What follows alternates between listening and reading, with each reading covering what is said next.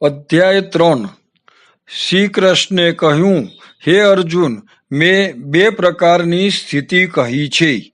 એક તો જ્ઞાનયોગ મારફત સાંખ્ય માણસોની અને બીજા નિષ્કામ કર્મ મારફત કર્મયોગીઓની.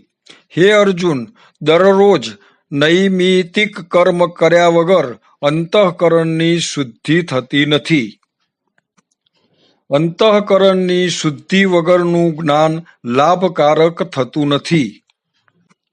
જ્ઞાન વગરનો મોક્ષ લાભ થતો નથી. કોઈ પણ માણસ કોઈ પણ દશામાં ક્ષણ માત્ર પણ કર્મ કર્યા વગર રહી શકતો નથી, કારણ કે સમસ્ત પ્રાણી પ્રકૃતિના ગુણોને આધીન રહી કર્મ કરે છે.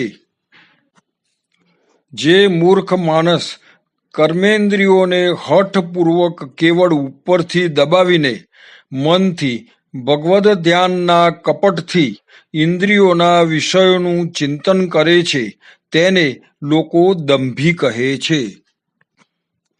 જે મનુષ્ય મનથી જ્ઞાનેન્દ્રિયોને દબાવી ફળના વિષયમાં અનાસક્ત રહી તેને ઈશ્વરની તરફ ઝુકાવી નિત્ય નૈમિતિક કર્મોને ચિત્ત શુદ્ધિ માટે કરે છે, તે મનુષ્ય શ્રેષ્ઠ છે.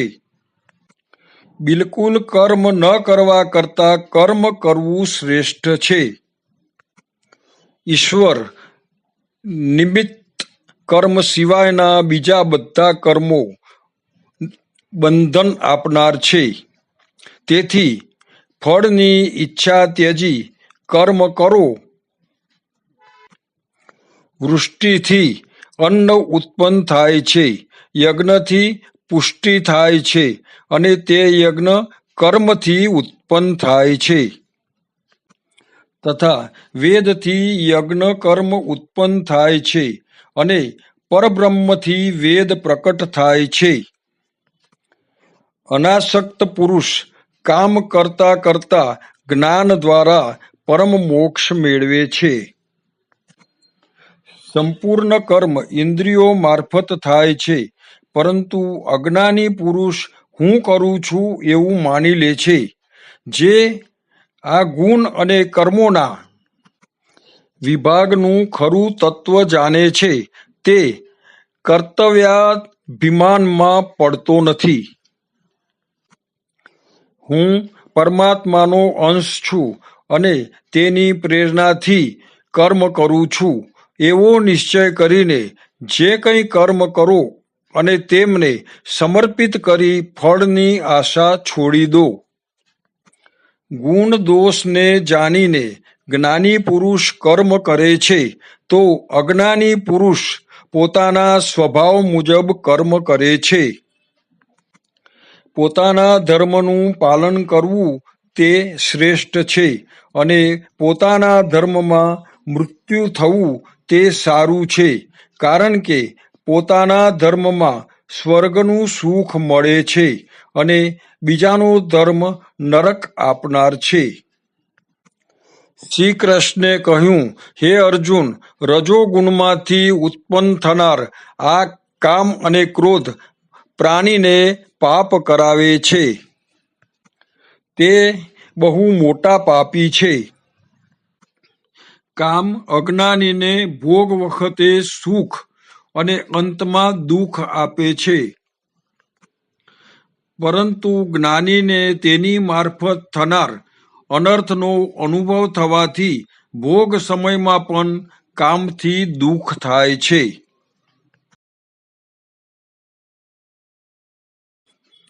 અધ્યાય 4 શ્રી કૃષ્ણે કહ્યું કે, હે અર્જુન, મારા ને તમારા બહુ જન્મો પસાર થઈ ગયા, તે બધાને તમે ભૂલી ગયા એ હું જાણું છું. કારણ કે તમે અજ્ઞાનથી છવાયેલા છો અને હું અલુપ્ત જ્ઞાન શક્તિથી સંપન્ન છું.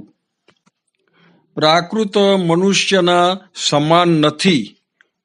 હું હજુ પણ અજન્મા, અવિનાશી અને પ્રાણીઓના ઈશ્વર છું, તો પણ મારી શુદ્ધ સાત્વિક પ્રકૃતિના આધારે સ્વેચ્છાપૂર્વક અવતાર લઉં છું. જ્યારે જ્યારે ધર્મની હાનિ અને અધર્મની વૃદ્ધિ થાય છે, ત્યારે ત્યારે હું શરીર ધારણ કરું છું. પોતપોતાના ધર્મમાં લીન સાધુ મનુષ્યોના રક્ષણ માટે, દુષ્ટ કર્મ કરનારનો નાશ કરવા માટે તથા ધર્મને સ્થિર કરવા માટે યુગે યુગે હું પ્રકટ થાઉં છું. મેં ગુણ અને કર્મોના વિભાગ મુજબ બ્રાહ્મણ, ક્ષત્રિય, વૈશ્ય અને શૂદ્ર આ 4 વર્ણોની રચના કરી છે. સત્વપ્રધાન બ્રાહ્મણ અને તેમનું સમદમ આદિ કર્મ છે. સત્વરજ પ્રધાન ક્ષત્રિય અને તેમનું શૌર્ય, યુદ્ધ આદિ કર્મ છે. રજસ્તમ પ્રધાન વૈશ્ય અને તેમનું કૃષિ, વાણિજ્ય આદિ કર્મ તથા તમપ્રધાન શૂદ્ર અને તેમનું ઉપરયુક્ત 3 વર્ણોની સેવા આદિ કર્મ છે. નિરંકાર ભાવથી કરેલું કર્મ બંધન રૂપ નથી. કર્મ, અકર્મ અને વિકર્મના લક્ષણ પરમાત્માના આરાધન રૂપ વિકર્મમાં અકર્મ હોય છે, તે બંધન કરનારું હોતું નથી. સમાન બુદ્ધિ રાખે છે તે કર્મ કરવા છતાં કર્મના બંધનમાં પડતો નથી, કારણ કે તે નિષ્કામ છે. કેટલાક લોકો દ્રવ્ય યજ્ઞ કરે છે, અર્થાત ધનાદિ દ્રવ્યોના દાનને જ યજ્ઞ માને છે. કેટલાક લોકો તપોયજ્ઞ કરે છે, અર્થાત ચરણાદિ તપને જ યજ્ઞ માને છે. કેટલાક લોકો યોગ યજ્ઞ કરે છે, અર્થાત ચિત્તવૃત્તિઓના અંકુશરૂપ જે સમાધિ છે તેને યજ્ઞ માને છે. કેટલાક સ્વાધ્યાય યજ્ઞ કરે છે, અર્થાત વેદ પાઠ કરવો તેને જ યજ્ઞ માને છે. કેટલાક જ્ઞાન યજ્ઞ કરે છે, અર્થાત વેદાર્થના જ્ઞાનને જ યજ્ઞ માને છે. બીજા કેટલાક લોકો અપાનમાં પ્રાણને અને પ્રાણમાં અપાનને તથા પ્રાણ અપાનની ગતિને રોકીને આવી રીતે પૂરક, કુંભક અને રેચક ઉપાયોથી પ્રાણાયામમાં તત્પર રહે છે. કેટલાક લોકો મિતહારી હોય છે, અર્થાત આહારને ઓછો કરીને નિર્બળ ઇન્દ્રિયોમાં તે ઇન્દ્રિયોના ઉપયોગનું હવન કરે છે. આ બધી જાતના યજ્ઞો કરનાર યજ્ઞ સાધનાથી હવન કરીને પોતપોતાના પાપનો નાશ કરે છે.